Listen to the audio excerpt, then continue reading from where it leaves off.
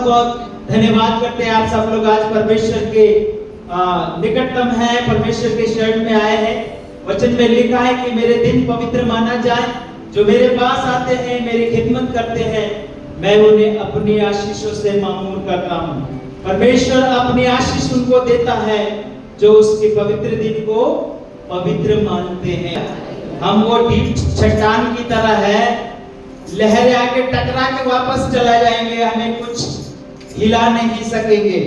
अगर हम विश्वास के साथ परमेश्वर में डटे रहेंगे तो निश्चय ही हम उन सारे हडल्स को हम तोड़ पाएंगे, उन सारे बंधनों को तोड़ पाएंगे, उन शैतान की सारे हरकतों को सामना करने के लिए हम तैयार हैं।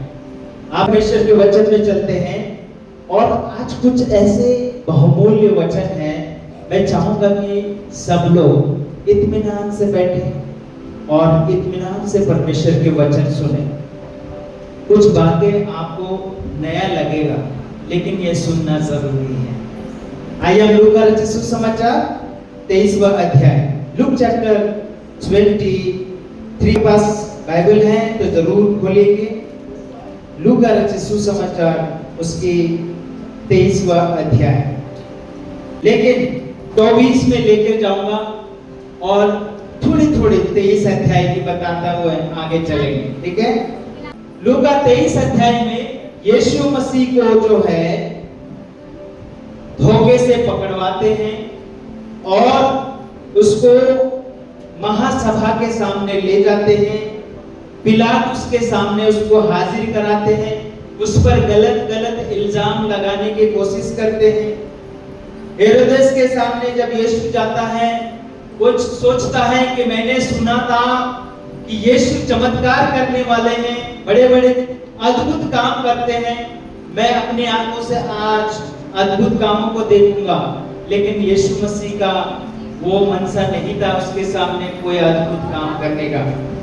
लेकिन हेरोदेस यीशु मसीह को जांच पड़ताल करने के बाद वो कहता है कि इसमें कोई ऐसी गलती नहीं पाया जाता है, इसको मृत्यु के दंड के लिए भेजा जा सके। पिलातुस, हेरोदेस, इन दोनों ने कई दफा कई राउंड्स उसको उसकी कमियों को निकालने के प्रयास किया, लेकिन ऐसी कोई गलती यीशु मसीह में नहीं पाया गया। उसके बाद पिलातुस राजा कहता है कि इसमें ऐसी कोई गलती नहीं पाया जाता है, मैं इसे कैसे मृत्यु दंड के लिए दे दूं। लेकिन लोग चिल्लाकर कहते हैं कि इसे मृत्यु के लिए हमारे हाथ में सौंप दिया जाए। Hallelujah, hallelujah. और पिलातुस को इतना मजबूर कर देते हैं लोग, पिलातुस अंत में हार मान के कहता है कि अब इसकी खून की सजा तुम्हारे बाल बच्चों पर आएगा, तुम्हारे सिर पे आएगा, मैं तुम्हारे हाथ में सौंप देता हूं। उसके बाद लोगों ने यीशु मसीह को क्या किया? सलीब पर चढ़ाया, मारा, पीटा। कई लोग यीशु मसीह के साथ मजाक भी किया, उसे मार के कहते हैं भविष्यवाणी करके बताओ कि तुझे किसने मारा, है ना। उसे विभिन्न प्रकार की ताड़नाएं देते हैं और उसको मजाक बनाते हैं। यहाँ तक यीशु मसीह के वस्त्र को भी चिट्ठियां डालकर बांट लेते हैं। सुनिए ध्यान से, जब यीशु मसीह गोलगोथा नाम के उस पहाड़ पे, खोपड़ियों की उस ऊंची पहाड़ पर यीशु मसीह सलीब पर था, तो वचन में बताते हैं और बाइबल के स्कॉलर्स, विद्वान लोग कहते हैं कि यीशु मसीह को नेकेड सलीब पर चढ़ा दिया गया। नेकेड इन द मैन, इसका मतलब है पूरी तरीके से बेवस्त्र यीशु मसीह को सलीब पर चढ़ाया गया। ये सब कुछ लोगों की आंखों के सामने हुआ और यीशु मसीह उस सलीब पर अपना जान सारे मानव जाति के लिए निछोवर कर दिया। अंत में हम देखते हैं कि यीशु मसीह का मृत्यु सलीब पर हो गए तो कुछ लोग यीशु मसीह का देह पार्थिव शरीर को मांगने आते हैं, राजा से विनती करते हैं कि हमें इसकी शरीर दे दो ताकि अंतिम संस्कार किया जा सके। और राजा को ये बात भाया और राजा ने क्या किया, उसको परमिशन देता है कि तुम जो करना चाहते हैं करो। तब यीशु मसीह के देह को सलीब पर से उतार के और उसे क्या करते हैं, कब्र में रख देते हैं। हालेलुया। 24 अध्याय पहले बाब में लिखा है, जब वो सप्ताह के पहले दिन बड़े भोर को वे उन सुगंधित वस्तुओं को जो उन्होंने तैयार की थी लेकर कब्र पर गए। उन्होंने पत्थर को कब्र पर से लुढ़का हुआ देखा, पर भीतर जाकर प्रभु यीशु का शव ना पाया। जब वे इस बात से भयभीत होकर घबरा रहे थे, दो पुरुष झलकते वस्त्र पहने हुए उनके पास आ खड़े हो गए। जब वे डर गई और धरती की ओर मुंह झुकाकर वो नीचे देखने लगे, तब उन दो पुरुषों ने कहा, तुम जीवितों को मरे हुए में क्यों ढूंढते हो? हालेलुया। यहां पर उस पुनरुत्थान की बात हम कर रहे हैं। वो स्त्रियां यीशु मसीह की उस कब्र के पास जाते हैं अर्ली मॉर्निंग। वहां क्या देखते हैं, यीशु मसीह का बॉडी उस कब्र के अंदर ना पाकर वो घबरा जाते हैं, डर जाते हैं। लेकिन उसी वक्त दो स्वर्गदूत वहां पर आ उपस्थित होकर उनसे कहते हैं, मत डर, क्योंकि जिसको तुम कब्र में ढूंढ रहे हो वो क्या हो गया है, जी उठा। जो वचन अभी हम लोग देख रहे हैं, थोड़ा सा आगे बढ़ते हैं। लिखा है 6 पद में, वह यहाँ नहीं है परंतु जी उठा है।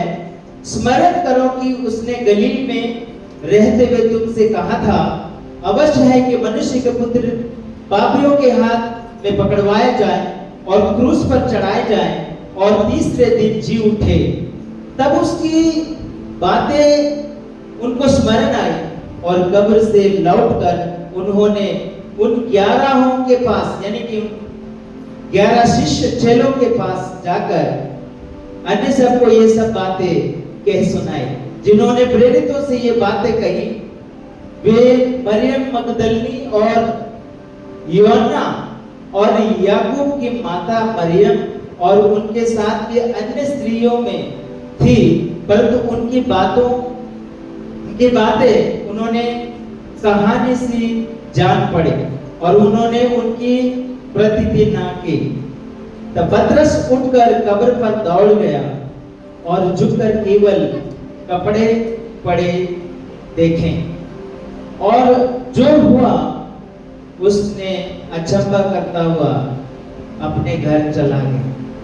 ध्यान से सुनिएगा, मैं एक बहुमूल्य बात आपको बताने के लिए आज इस चैप्टर को मैंने कई दफा मनन किया। जब मरियम जाकर 11 चेलों को, कितना चेले थे? 11 चेले थे। हालांकि 12 चेले थे उसके साथ में, लेकिन यहाँ पर 11 की बात हो रही है। आपको पता है जो 12वां चेला था उसने क्या किया? यहूदा इस्करियोत ने क्या किया? उसने प्रभु को पकड़वाया, बाद में उसको पछतावा हुआ। उसने पश्चाताप नहीं किया, परंतु उसने अपने गुनाहों को सजा के रूप में उसने क्या किया? जाकर अपने आप को फांसी लगाया और उल्टा मुंह गिरा और उसके पेट जो है फट गए और उसके अंतड़ियां बाहर आ गए और उसके मृत्यु हो गई। वचन में बताते हैं कि उसके मृत्यु के बाद 11 चेले रह गए, वो एक बंद कमरे में है, क्योंकि वे डर रहे थे कि यीशु को पकड़वा दिया, उसको सूली पर चढ़ा दिया तो हमें भी नहीं बख्शेंगे। कम ऑन चर्च, ये डर लाजमी है, ये डर लाजमी है। लेकिन अब मरियम की बात को सुनकर उनको ये विश्वास नहीं हो रहा है कि सच में यीशु मसीह जीवित हो गए। उनको ऐसा लग रहा है कि ये जो स्त्रियां हैं ये कहानियां बताने में बहुत माहिर है, हमें कोई कहानी सुना रहे। लेकिन पतरस में से एक था, उसने क्या किया, उस बात को सुनकर तुरंत वहां से उठा और भागकर उस कब्र पहुंचे। और वहां पहुंचने के बाद वो क्या देखता है, 12 पद में लिखा है, तब पतरस उठकर कब्र पर दौड़ गया और झुककर केवल कपड़े पड़े देखा। कपड़े कौन से कपड़े? जैसे ध्यान से सुनिए सब लोग, यीशु मसीह निर्वस्त्र सलीब पर चढ़ा था, ठीक है, लेकिन सिमोन ने उसके लाश के ऊपर कपड़ा रैप किया और कब्र में रख दिया। लिसन केयरफुली, कब्र में रख दिया। और सुनिए ध्यान से, जब तीसरा दिन यीशु मसीह जी उठा तो उस सुनिए, जब जी उठा तो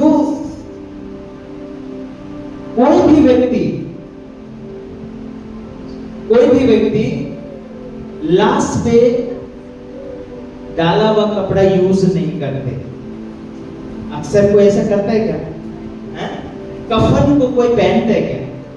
नहीं पहनते, ठीक है। तो यीशु मसीह उस कब्र में से जी उठा तो क्या हुआ? पतरस कहता है कि उस पर चढ़ाया हुआ कपड़ा वही था। तो यीशु मसीह जी उठा और वो कब्र में दोबारा नहीं गए, तो वो अब कहां है और वो कौन सा कपड़ा पहना हुआ है? कोई व्यक्ति वहां जाकर उसको कपड़ा नहीं दिया कि भाई जाओ तुम इस वस्त्र। सोचिए एक बार, यीशु मसीह 3 दिन तक उस कब्र में थे और उस कब्र के बाहर कौन थे? पहरेदार थे कि उसको कोई छेड़े ना। और उस गुफा, उस कब्र के जो पत्थर था उस पर क्या लगा हुआ था? रोमन की सील लगा दिया गया कि कोई उसे हिला ना सके। तो सोचिए कि यीशु मसीह को कब्र के अंदर जाकर किसने कपड़ा पहनाया? क्योंकि उस पर जो चढ़ाया हुआ कपड़ा था, उस लोथ पे जो चढ़ाया हुआ कपड़ा वही छोड़ दिया। और इसका गवाह कौन दे रहे? पतरस 12 पद में कहता है, उसने झुककर क्या देखा? केवल कपड़े पड़े देखे। केवल क्या देखा? कपड़े पड़ा हुआ देखा। तो अब जो है सोचेगा, यीशु मसीह को किसने कपड़ा ला कर दिया? और यीशु मसीह कौन सा वो वस्त्र है वो पहनकर कब्र से बाहर आए? और बाहर आकर वो ऐसे नहीं यूं चले गए। कितने दिन तक थे? 40 दिन तक प्रभु यीशु मसीह थे। हम क्या देख रहे हैं? यीशु मसीह को वस्त्र। अभी सोचिएगा, थोड़ा सोचिए, आप भी अपने दिमाग में छोड़ दीजिए कि यीशु मसीह जिंदा हुआ तो वहां उसके पास वो वस्त्र कहां से आए जो कि वो पहनकर बाहर निकले? ओके, अभी हम एक और वचन पढ़ते हैं, ध्यान से देखिएगा। लूक चैप्टर 9, ध्यान से सुनिएगा। लूक चैप्टर 9 28 से 36, 9 अध्याय अभी हम 24वें अध्याय में हैं, हम पीछे बढ़ के जा रहे हैं, ठीक है? 9वां अध्याय में जा रहे हैं। 9वां अध्याय कोई एक जन पढ़ सकते हैं? 9th चैप्टर वर्स 28 से 36। हाँ, इन बातों के कोई 8 दिन बाद वह पतरस यूहन्ना और याकूब को साथ लेकर यीशु मसीह कहीं भी बार-बार पतरस यूहन्ना याकूब, पतरस यूहन्ना याकूब इन्हीं को लेके जाया करते थे। क्यों? कभी किसी ने सोचा उनके चेले कितने थे? 12 को क्यों नहीं लेके जाते थे? 12 को क्यों नहीं ले? यीशु मसीह पतरस यूहन्ना याकूब को ही हर जगह पर पहले लेके जाता था। वही यूहन्ना याकूब लोगों से लड़ जाता था और यीशु मसीह के पास आकर कहते हैं कि प्रभु आप बता कि आपके दाएं कौन बैठेगा, बाएं हाथ कौन बैठेगा? यही वो दो लोग हैं। पतरस तो किसी सवाल नहीं करा, पतरस तो कहा कि मैं तुझे कभी इनकार नहीं करूंगा, लेकिन 22 अध्याय में देखते हैं उसने मुर्गा बांध देने से पहले 3 बार यीशु मसीह से कह दिया कि मैं यीशु मसीह को नहीं जानता हूं। पतरस को यीशु मसीह बहुत प्रायोरिटी दे रहे हैं। अब उस पहाड़ पर जहां प्रार्थना करने गए थे, उस पहाड़ पर सब लोग थे, 12 लोग थे वहां पे, लेकिन कुछ दूरी में बाकी 9 लोगों को छोड़ देते हैं। सेवकाई में कहते हैं 1, 3, 9, 12 और 70 जो यीशु मसीह की सेवकाई की वर्णन है। 1, 3, 9, 12 और 70 जो लोगों ने यीशु मसीह की सेवा करने के प्रयास करे। 1 प्रभु यीशु मसीह था, 3 पतरस यूहन्ना याकूब, 9 बाकी चेले, 12 सब मिलकर, और यीशु मसीह ने 70 लोगों को और चुना जो कि सेवकाई के लिए भेजा। अभी यहाँ पर 3 लोग हैं जो यीशु मसीह की सेवकाई में शामिल हैं। वो 3 लोग पढ़िए, वो 3 लोग जो 8 दिन के बाद उस पहाड़ के ऊपर, सॉरी गेत्सेमनी बाग में उस पहाड़ के ऊपर प्रार्थना करने गए। वहां पर क्या हुआ जी? जब वे प्रार्थना कर ही रहे थे, वो जब प्रार्थना कर ही रहे थे तो उसके चेहरे का रूप बदल गया। किसके चेहरे के रूप बदल गए? किसका? यीशु मसीह का चेहरे का रूप बदल गए और उसका वस्त्र श्वेत होकर चमकने लगा। उसके वस्त्र क्या हो गया? श्वेत होकर क्या होने लगा? चमकने लगा।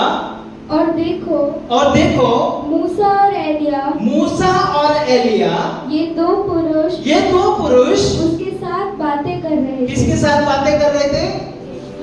अच्छा, इन तीनों का क्या मीटिंग चल रहा है? मूसा कहाँ है? एलिया कहाँ है? मूसा कब मर गए थे? उसके बॉडी तक नहीं मिला, और एलिया जो है जिंदा उठा लिया गया था, उसका कोई अता पता नहीं, वो कहां से आया कहां चला गया।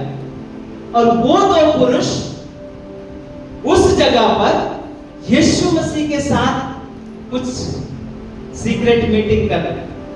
वो सीक्रेट मीटिंग क्या है हमें समझना है। और आगे पढ़िए। ये महिमा सहित दिखाई दिए। वहां पर क्या दिखाई दिया? ये 3 लोग। कौन 3 लोग? बोलिए कौन है? मूसा, एलिया और यीशु मसीह वहां पर महिमा समेत दिखाई दिया। ध्यान से सुनिए, ध्यान से आगे पढ़िए। और उसके मरने की चर्चा कर रहे थे। किसके मरने की चर्चा कर रहे थे? किसकी?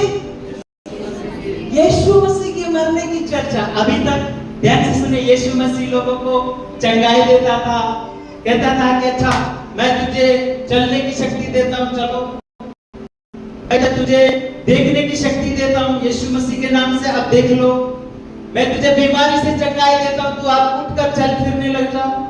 38 साल से बीमार व्यक्ति को चंगाई दिया। यीशु मसीह के असली सेवकाई जो है चंगाई देना, छुटकारा देना, लंगड़ों को सामर्थ शक्ति देना, ये नहीं था, वो एक डमरू का काम था। Hallelujah, hallelujah. ये एक डमरू का काम था, लोगों को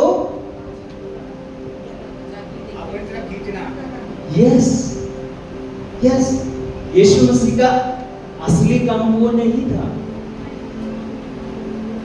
लोग आज पता है क्या करते हैं, उसी काम को असली काम समझते हैं। उसी काम को यीशु मसीह के नाम से जगे हो, ये असली काम। लोग दूर दूर से भागकर आते हैं, जाते हैं। ये असली काम नहीं है। असली काम यीशु मसीह का वो काम नहीं था। सुनिए चर्च, ध्यान से सुनिए। अब ये तीनों मिलकर एक विषय के बारे में चर्चा कर रहे हैं। वो क्या चर्चा थी बताइए? उसके मरने की चर्चा। किसके मरने की चर्चा कर रहे हैं? यीशु मसीह के मरने की चर्चा। अभी तक यीशु मसीह को शायद ये नहीं पता कि मुझे अब मरना होगा, शायद उसको नहीं पता था। अब भविष्यवक्ता एलाइजा और प्रेरित मूसा,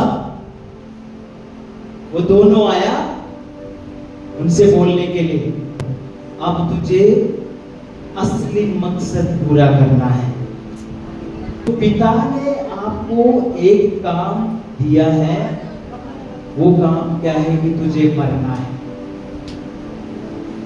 अब तक यीशु मसीह कभी भी नहीं रोया, कहीं भी प्रार्थना में नहीं रोया। सुनिए, उसको जब पता लगता है कि मुझे सारे संसार के लिए मरना होगा, तब यीशु मसीह जब प्रार्थना करने लगे तब रोया। उसकी पसीना मानो लहू की तरह क्या होने लगा? टपकने लगा। मृत्यु की खबर सुन के मुझे ऐसा प्याला पीना होगा, तब यीशु मसीह को अंदर से रोना आया। अब उसको वो पूरा काम करना है। तभी परमेश्वर के पास यीशु मसीह जाता है। जब मृत्यु से पहले, अभी हम 9 अध्याय में बात कर रहे हैं, लेकिन 22 अध्याय में जाते हैं तो वही चेले यीशु मसीह के साथ बेथसमनी बाग में जाते हैं। वहां पर यीशु मसीह कहता है तुम लोग यहीं रुको, प्रार्थना करो। वहां से अपने तीनों चेले याकूब, यूहन्ना और पतरस को लेकर थोड़ा आगे जाते हैं। थोड़ी देर प्रार्थना करने के बाद आकर कहते हैं, क्या देखते हैं वो? यीशु मसीह क्या देखते हैं? थोड़ा देर यीशु मसीह प्रार्थना किया, फिर आके देखा तो ये क्या कर रहा है?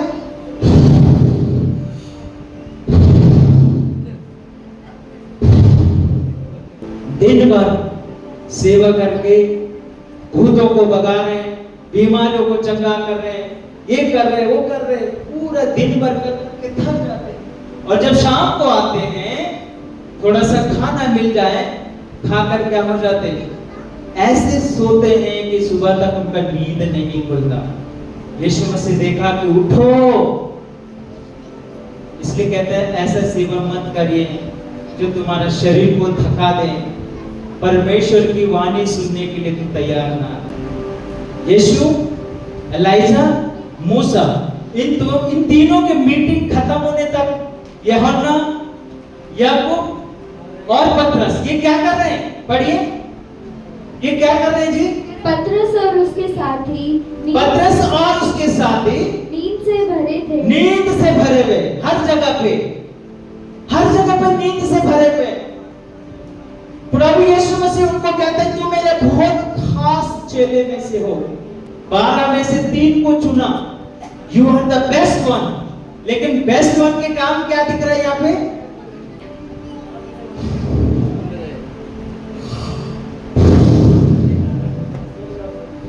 मूसा, एलिया, यीशु की मीटिंग खत्म हो गई। कितना सुनहरा अवसर था कि ये चेले उनको देख पाते। लेकिन हाँ सुनिए, पूरी रात इनकी मीटिंग चली इन तीनों की। कहां पे? उस पहाड़ पे। किस विषय में? यीशु के मृत्यु के विषय में। यीशु तुझे अभी सारे संसार के लिए, सारे संसार के उद्धार के लिए आपको मरना होगा। शायद यीशु मुझसे कहते हैं मेरे से कैसे होगा? वार्तालाप चलने लगा।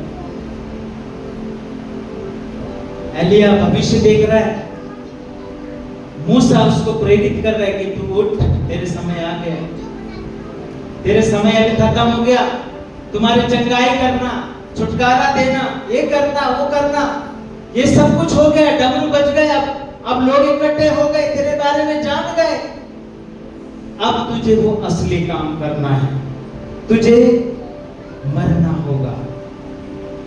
जब ये बात खत्म ही हो रहा था, सुबह, पढ़िए आगे। और जब अच्छी तरह सचेत हुए, जब अच्छी तरह से सचेत, या उससे थोड़ा ऊपर से पढ़िए। पतरस और उसके साथी नींद से भरे थे। और जब अच्छी तरह सचेत हुए तो उसकी महिमा और उन दो पुरुषों को जो उसके साथ खड़े थे देखा, उसकी महिमा देखा। और जब वे उसके पास से जाने लगे, कहाँ जाने लगे? जब उसके पास, मतलब पतरस ने देखा, क्या देखा? मूसा, एलिया और ये बात करके खत्म कर चुके हैं, अब वो जा रहे थे, इतना में पतरस जाग उठा और उसके ऐसा महिमा देखा। तो पतरस ने यीशु से कहा, मूसा एलिया को देख लिया पतरस ने, और अब यीशु मसीह से कहता है, हे स्वामी, हमारा यहाँ रहना भला है, अतः हम 3 मंडप बनाए। 3 मंडप, 3 किसके लिए जी? एक तेरे लिए, यीशु मसीह के लिए, एक मूसा के लिए, और एक एलिया के लिए, और एक एलाइजा के लिए। उनकी ऐसी महिमा देखी जैसे उन्होंने जिंदगी में कभी नहीं देखा। सुनिए, वही वस्त्र है जो महिमा का वस्त्र, जब यीशु मसीह पुनरुत्थान हुआ, वही महिमा का वस्त्र है जो पतरस ने देखा था। वही महिमा का वस्त्र जो है, यीशु मसीह जब पुनरुत्थान हुआ, जी उठा, उन महिमा के वस्त्र पहनकर बाहर निकले। यीशु मसीह के पुनरुत्थान जो है, उसके बाद की जो जीवन है, 40 दिन की जीवन, वो हमारे लिए अभी जरूरी है। यीशु मसीह 40 दिन क्यों रहा दुनिया में? मृत्यु से जी उठने के बाद 40 दिन इस संसार में रहा। क्यों रहा? Anybody can answer? कोई बता सकता है यीशु से 40 दिन तक क्यों रहा? जी उठने के बाद स्वर्ग में क्यों नहीं चले गए? विश्वास दिलाने के लिए। किसको विश्वास दिलाने? बहुत लोगों को विश्वास दिलाना था उसे, बहुत लोगों को विश्वास दिलाना था। उनमें से एक कौन है? थॉमस। उनमें से एक थॉमस है। हालेलुया। एक थॉमस है। थॉमस के पास यीशु मसीह जाता है, क्योंकि वो चेले तो था, वो शिष्य तो थे, लेकिन वो विश्वास नहीं करता था। हालेलुया। एक चेला यहूदी इस्करियोत, वो यीशु मसीह के साथ थे, उन्होंने विश्वासघात किया। दूसरा चेला थॉमस यीशु मसीह के साथ है, लेकिन उसकी विश्वास अभी भी पक्का नहीं हुआ है। जरूरी नहीं है कि यीशु मसीह के साथ रहने से वो अच्छा और पक्का विश्वासी होगा। ये जरूरी नहीं है कि आपको चर्च आ जाने से आप पक्के विश्वासी हैं। ये जरूरी नहीं है कि आप हर संडे कलीसिया में आते हैं, इसका मतलब आप पक्के विश्वासी हैं। नेवर नेवर, कभी भी ऐसा नहीं है। विश्वास अलग चीज है।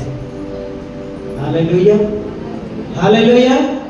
जब थॉमस के पास आए यीशु मसीह, थॉमस से कहता है, सुनिए, थोमस से कहता है, हे थोमा, तू अपने हाथ मेरे हथेली में डालकर मुझे देख ले कि मैं वही यीशु हूं जो परमेश्वर का पुत्र हूं, जो तुमसे पहले मैंने कहा था कि मैं मरूंगा फिर तीसरे दिन जी उठूंगा। हालेलुया। वही यीशु मसीह हूं मैं जो मुर्दों में से क्या हुआ, जीवंत हो गया है। चेक कर, तो अविश्वासी नहीं बल्कि तू क्या बन जा, विश्वासी बन जा। पुनरुत्थान के बाद यीशु मसीह ने अपने काम अधूरा छोड़ा नहीं। सुनिए सुनिए, पुनरुत्थान के बाद भी यीशु मसीह ने लोगों को इस बात को पुख्ता विश्वास में लेकर आया कि मैं वही परमेश्वर हूं जो जब जीवित था, जो तुम्हारे साथ थे, अब मरकर जी उठा, अभी भी मैं तुम्हारे साथ हूं। तू विश्वासी बन, अविश्वासी ना बन। Hallelujah, hallelujah. यीशु मसीह वो महिमा का पुत्र है, वो महिमा का वरदान है, वो परमेश्वर का बेटा है जो हमारे सारे संसार के लोगों के लिए उसने अपने आप को बलिदान दिया। यूहन्ना 20 और 27 में लिखा है कि इसके बाद थॉमस ने उत्तर दिया, हे प्रभु, हे मेरे परमेश्वर, मैं तुझ पर विश्वास करता हूं। कहता है, यीशु ने कहा कि जो बिना देखे विश्वास करते हैं वे धन्य हैं।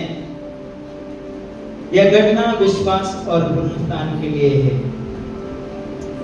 जो यीशु मसीह को आज हम नहीं देख सकते, लेकिन हम विश्वास करते हैं कि वो जीवित परमेश्वर है। Hallelujah, hallelujah. हम सच में ब्लेसेड लोग हैं। We are so blessed. We are so blessed. हम बहुत धन्य लोग हैं। यीशु मसीह को देखे बिना हम विश्वास किया है, हम उसके वचनों पर विश्वास किया है, उसके कलाम पर हम विश्वास किया है कि यीशु मसीह मेरे और आप सारे संसार के लिए मरा, गाड़ा गया और वह फिर से तीसरा दिन जी उठा। हम उसे दिल से विश्वास करते हैं। इसलिए यीशु मसीह ने थोमा से कहा, तूने मुझे देखकर परख कर विश्वास किया, लेकिन धन्य है वे लोग जो मुझे बिना देखे विश्वास करते हैं। हालेलुया। यीशु मसीह का वस्त्र महिमा का वस्त्र है।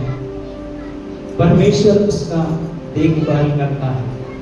उन्होंने भले संसार के वस्त्र को छोड़ दिया, परंतु स्वर्गीय वस्त्र को पहन लिया। Hallelujah, hallelujah. परमेश्वर के वचन में लिखा है, मैं तुझे भी ऐसे शरीर दूंगा जो यीशु मसीह पर विश्वास करते हैं। तू पहला जैसा नहीं रहोगे, तू बदल जाओगे, तू चेंज हो जाओगे, तुम्हारा जीवन बदल जाएगा। हालेलुया। ये शरीर लुप्त हो जाएगा, परंतु हमें एक नया शरीर मिलेगा जो एवरलास्टिंग शरीर होगा, अनंतकालिक शरीर। वो ज्योतिर्मय शरीर होगा, उसकी रोशनी सूर्य के प्रकाश के समान होगा। We are the blessed people. हम वो आशीषित लोग हैं। God has promised with us. परमेश्वर हमसे प्रॉमिस किया कि मैं तुझे वो शरीर दूंगा जिसमें कभी भूख लगेगा, ना कभी तू प्यासा होगा, ना कभी तुझे गर्मी लगेगा, ना कभी तू थकेगा, ना कभी तू हारेगा। Hallelujah, hallelujah. ऐसा महिमा का देह मैं तुझे दूंगा। परमेश्वर को धन्यवाद हो, उसकी प्रॉमिस कभी अधूरा नहीं जाता है, उसकी प्रॉमिस कभी अधूरा नहीं रहता है। वो जो प्रॉमिस किया है वो पूरा करता है। वो मनुष्य नहीं कि अपने वादे से मुकर जाए, वो परमेश्वर है, अपने वादे से कभी नहीं, उसके वादा कभी पूरा हुए बिना। इसलिए मेरे प्रिय, यीशु मसीह पर विश्वास करें, निस्वार्थ विश्वास करें, निस्वार्थ भरोसा करें, वो है, वो हमेशा रहेगा। परमेश्वर सबको आशीष दे।